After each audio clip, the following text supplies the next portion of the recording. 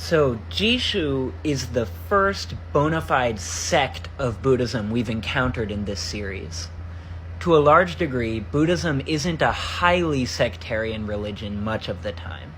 There are substantial differences in soteriology between Mahayana and Theravada, sure, but in most of the Theravada world, there aren't really sects, so to speak.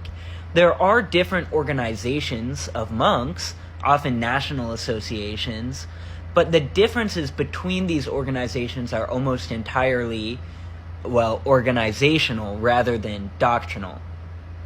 The situation is similar in Korea, Vietnam, and the Chinese-speaking world. Here, there is the added element of different lineages of Chan transmission, but these usually are not mutually exclusive. They're not usually relevant to lay people. It's really only in Tibetan Buddhism and Japanese Buddhism that, for reasons both historical and due to new doctrines, that we find sects that can be, but certainly are not necessarily, mutually exclusive. Speaking of exclusivity, we can briefly anchor the context for the Jishu in the historical notion of exclusive Nembutsu. I don't want to get too into detail on this subject, though, as there are other older schools that practice exclusive Nembutsu that are better known and located elsewhere on this list. I would rather get into the nitty-gritty of exclusive Nembutsu in the videos I make on those sects. For now, suffice it to say that in 13th century Japan, around the time of the collapse of the Heian period and the beginning of the Kamakura shogunate, there arose the idea that the practice of Nembutsu should be exclusive, that one need not, and perhaps should not, engage in any religious or spiritual practice outside the Nembutsu. But some of you might be asking, what even is Nembutsu? Again, I don't think that the Jishu video is probably the right place to get into too much detail. This is a sect a lot of people that know a lot of other things about Buddhism might not know about. So I want to fill up this video as much as I can with the things that are unique about Jishu. But, again, suffice it to say for now, okay, there's a very popular and influential set of scriptures in Mahayana Buddhism that describe a Buddha named Amitabha. Amitabha Buddha made a vow that any person who repeated his name would, at death, be reborn in a pure land of his creation. There, the obstacles to achieving Buddhahood would be near non-existent, and anyone who practiced the recitation of his name is assured of ultimate bliss. That practice of recitation is called Nembutsu in Japanese. In some form, a practice approximating Nembutsu is among the oldest in Buddhism. Even the idea of devotion specifically to Amitabha as the most accessible path to enlightenment for many beings goes back at least as far as Nagarjuna, the ancient Indian Buddhist philosopher whose thought is foundational to all Mahayana.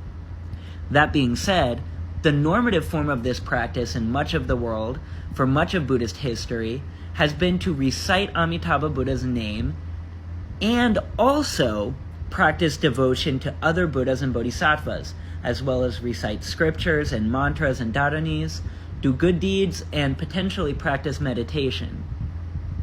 Starting in China, but really growing to popularity in Japan, the notion of exclusive Nembutsu posits that all practices other than Nembutsu are, at best, useless for the average person, at least during this time in history, and at worst, could distract and weaken that person's faith in Amitabha's vow. The first to preach the exclusive Nembutsu in Japan was the monk Honen. Each of Honen's disciples carried on his teachings, which coalesced into the Jodoshu sect of Buddhism, albeit with each of the disciples' respective lineages retaining some unique flavor. Each of Honen's disciples, that is, except for Shinran, whose view of exclusive Nembutsu differed somewhat from the other disciples and was arguably more radical. Shinran's disciples went on to found the Jodo Shinshu school. Jodoshu and Jodo Shinshu are both elsewhere on this grid, and we'll get to them eventually. Now, by far, Jodoshu and Jodo Shinshu are the two largest and most famous Japanese Pure Land Buddhist sects. Jishu is kind of like the youngest sibling, often neglected, at least in English language scholarship. The progenitor of the Jishu was a man named Ipin. Ipin was a spiritual grandchild of Honen, originally being a disciple of Shoku, who was one of the most notable of Honen's disciples. Ipin's mode of practice, however, was ultimately distinct enough from Jodoshu and Jodo Shinshu to result in the formation of a new sect after Ipin's death. To understand what made Ipin's practice and thought unique, there's another phenomenon in Japanese religion that we must understand, that of the hijiri. Generally speaking, Buddhism was, for most of its history, and arguably still is, a fairly institutional religion. When Buddhism took root in a country, it didn't take long for a system of ecclesiastical authority to spring up around it. Learned monks and nuns were the source of spiritual authority, relative to their rank within a religious structure to which they were accountable. Ordination required the approval of the existing monastic order, and rebellious monks or nuns could be defrocked and deprived of their status and influence at any time. In Japan, parallel to the development of official and state-sanctioned Buddhism, a phenomenon of unregistered, self-ordained, usually wandering Buddhist preachers took root. These wandering preachers were called hijiri, and they often had greater successes in winning converts to the Dharma, and practiced with equal zeal to the officially ordained Buddhist monks.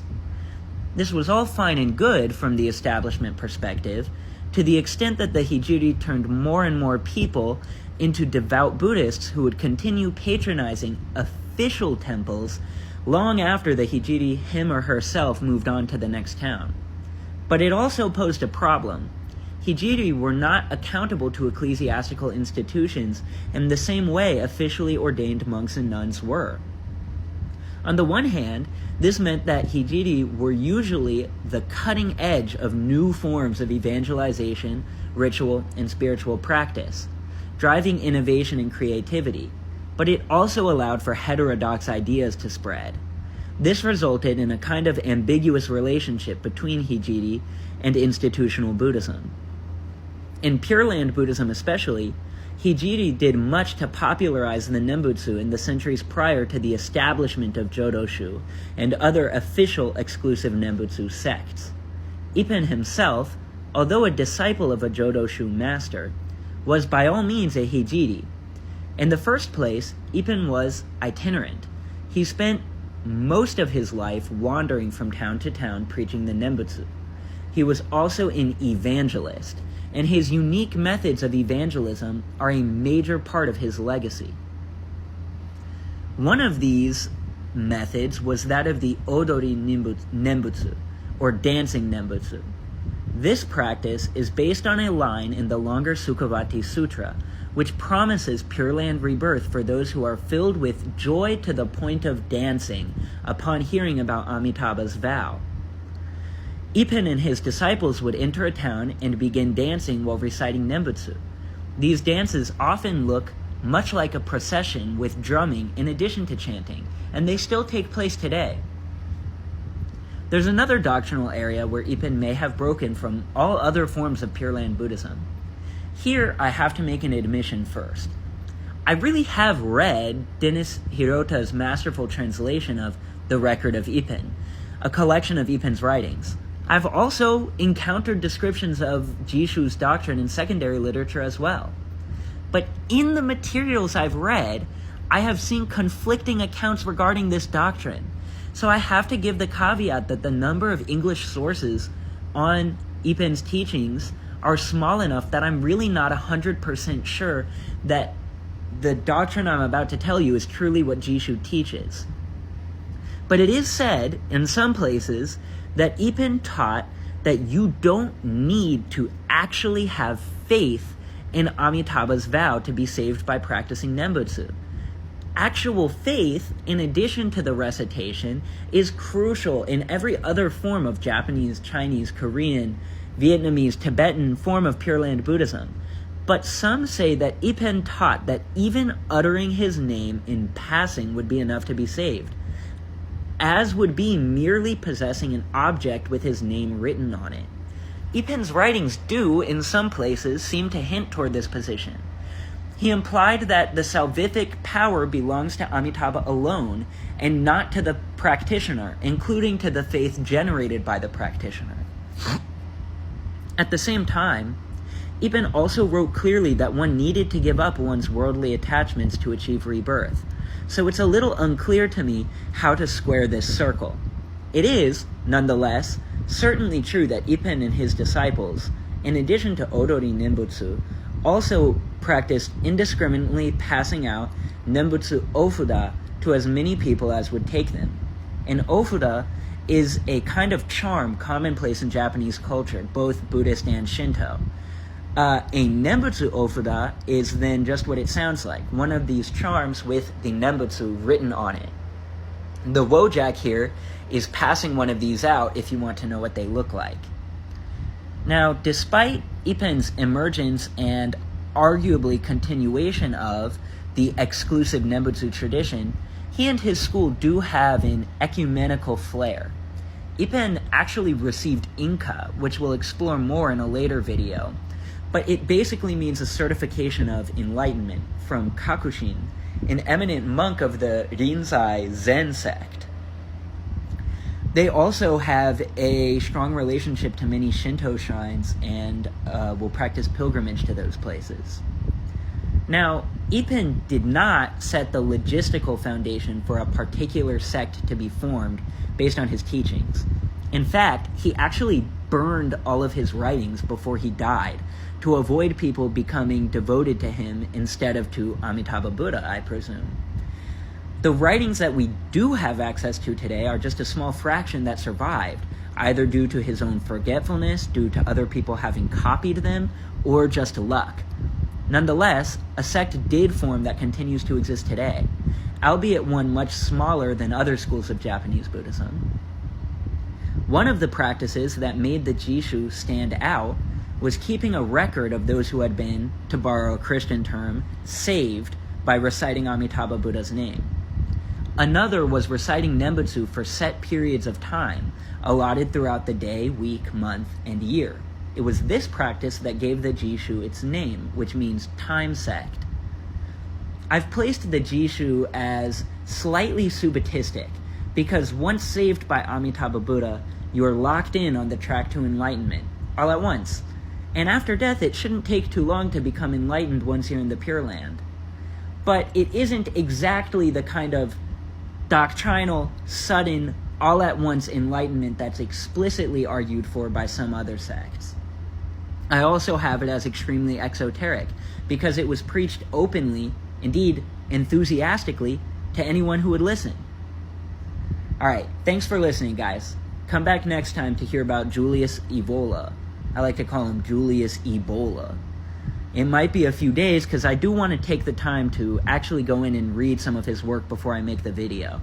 But I can warn you right now that it's probably going to be a pretty harsh critique, closer to the video I made on secular Buddhism than to the breakdowns I've done on Jishu or Vipassana or Tzu Chi. See you then.